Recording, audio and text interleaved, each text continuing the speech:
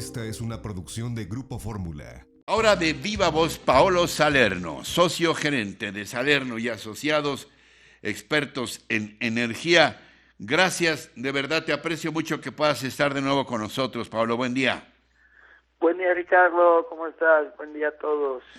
Un tribunal especializado en competencia económica revocó la suspensión definitiva que concedió a dos empresas que impugnaron el decreto por el que se reforma la ley de la industria eléctrica nacional, publicado ya en el Diario Oficial de la Federación en marzo pasado. Las empresas son Hidroeléctrica Cajón de Peña y Energía Verde Meyer. ¿Qué significa esta revocación a las decisiones de los jueces Juan Pablo Gómez Fierro y Rodrigo de la Pesa, Paolo?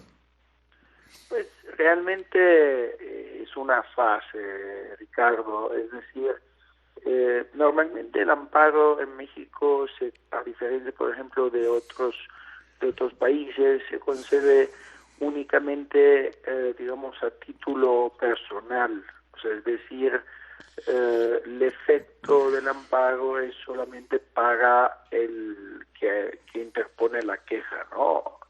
Entonces, sí, en este caso los jueces tuvieron, digamos, la visión o tuvieron, digamos, el atrevimiento, como quieras verlo, de hacer que el amparo tuviera efectos, como se suele decir, erga omnes, o sea, es decir, que aplicara a todo el mundo. Es decir, si somos tú, yo y otras 10 personas, y nosotros interponemos el amparo y dan los efectos erga omnes, aplican también a las otras 10 personas. Entonces, lo que el colegiado ha hecho es quitar este efecto de erga omnes, es decir, realmente lo que está diciendo es no puede aplicarse a todo el mundo.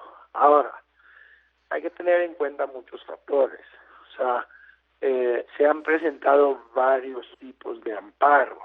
O sea, no todos los amparos son iguales.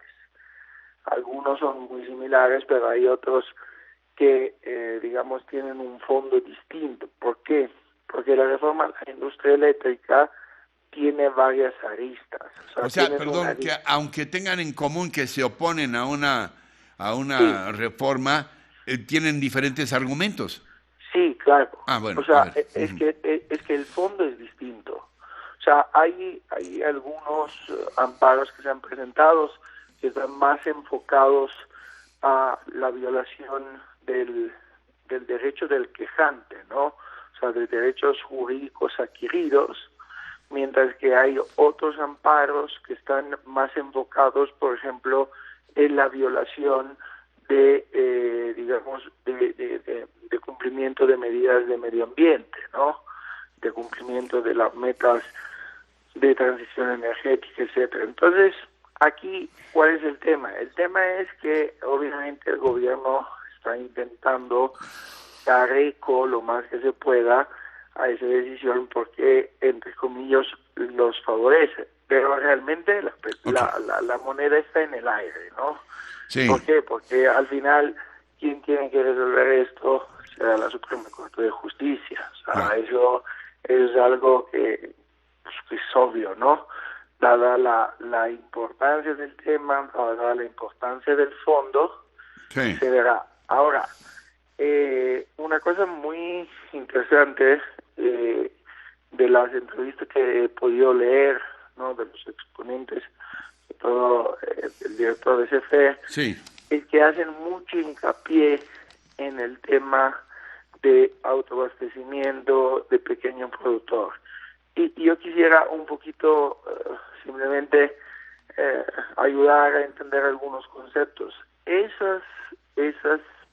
Digamos, esos contratos se llaman contratos legados, sí, y no pertenecen a la reforma del 2013, sino que pertenecen a la reforma Salinas, que es del 92, ¿no? Entonces, a mí siempre me llama mucho la atención que ellos insisten mucho en eso, cuando eso no es reforma energética. O sea, la reforma energética es la del 2003. Entonces, digamos que hay dos aspectos, porque esa parte está en los transitorios de la modificación de la ley de la industria eléctrica, mientras que la modificación a la ley de la industria eléctrica tiene mucho más efectos, ¿no? tiene, por ejemplo, el alcance de la modificación del despacho, ¿no? Tiene el alcance de la modificación de cómo se calcularía el precio marginal local, que nosotros no tenemos idea de esto, ¿no? Entonces, digamos, y ahí sigue, ¿no?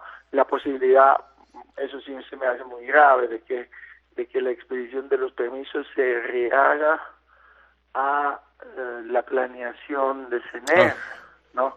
Entonces, digamos que por ahí hay mucho más camino, ¿no? Sí. Hay mucho más cosas que se tienen que ver en competencia económica. Ahora, dime, Pablo, esta es una larga batalla jurídica que está condenada a ser perdida por parte de quienes se oponen a esta reforma, y dado el peso enorme que tiene el Poder Ejecutivo, que busca favorecer a como dé lugar a la Comisión Federal de Electricidad. No, ninguna batalla perdida. Al contrario, yo creo que hay algunas cosas que dieron la Constitución, y independientemente del poder del Ejecutivo, que puede ser muy fuerte, muy grande, recordamos que en una democracia los poderes están divididos, ¿no? Entonces, yo sigo pensando que el Poder Judicial mantendrá su independencia y decidirá de conformidad con la Constitución, ¿no? Entonces, yo te diría, Ricardo, que aquí el verdadero problema, ¿cuál es? Sí. Que en el medio de esta batalla, ¿no? Lo que estamos perdiendo realmente son las inversiones. O sea, la falta de seguridad jurídica lleva y tiene como consecuencia que los inversionistas se van por otro lado, van a otros países. Mira, Colombia ahorita acaba de hacer otra subasta, República Dominicana va por ahí, y etcétera, etcétera. Entonces, lo que yo digo es que lamentablemente lo que está pasando es que estamos perdiendo un sexenio entero en lo que es el sector eléctrico, sin inversiones importantes, y con la reactivación de la economía, de la MIPYME sobre todo, eso va a ser un problema en el mediano plazo, porque no vamos a tener energía. Entonces, ahí sí vamos a ver cosas que no van a gustar, como apagones, como falta de calidad de energía, etcétera, etcétera, ¿no? Pablo Salerno, socio gerente de Salerno y Asociados, expertos en energía. Encuentra más contenido como este en radioformula.mx.